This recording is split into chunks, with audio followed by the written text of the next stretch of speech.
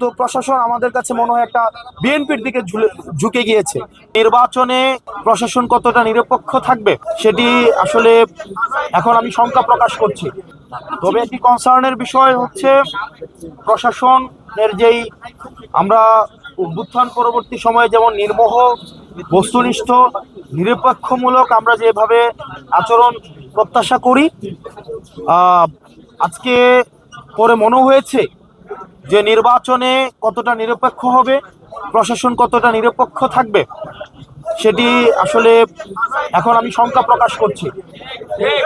পর্যাপ্ত যুক্তি, পর্যাপ্ত তথ্য থাকার পরেও আমাদের একজন প্রার্থী, উনি ব্যাংক ডিফল্টার, উনি উইলফুল ব্যাংক ডিফল্টার, উনি একাধিক আর্থিক প্রতিষ্ঠান থেকে বিগত বিভিন্ন সময়ে উনি লোন নিয়ে সেটি আর ফেরত দেয়নি। দেশের অর্থকে উনি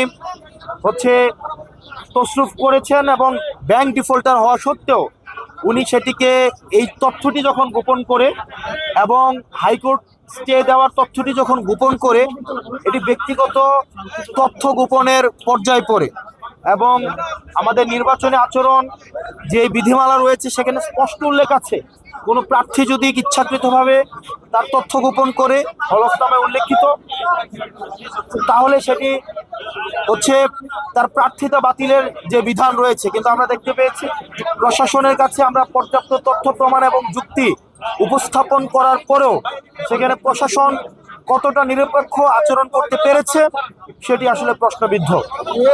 তো আমরা এখনো প্রত্যাশা করি, কিন্তু প্রশাসন আমাদের কাছে মনে হয় একটা বিএনপির দিকে ঝুঁকে গিয়েছে।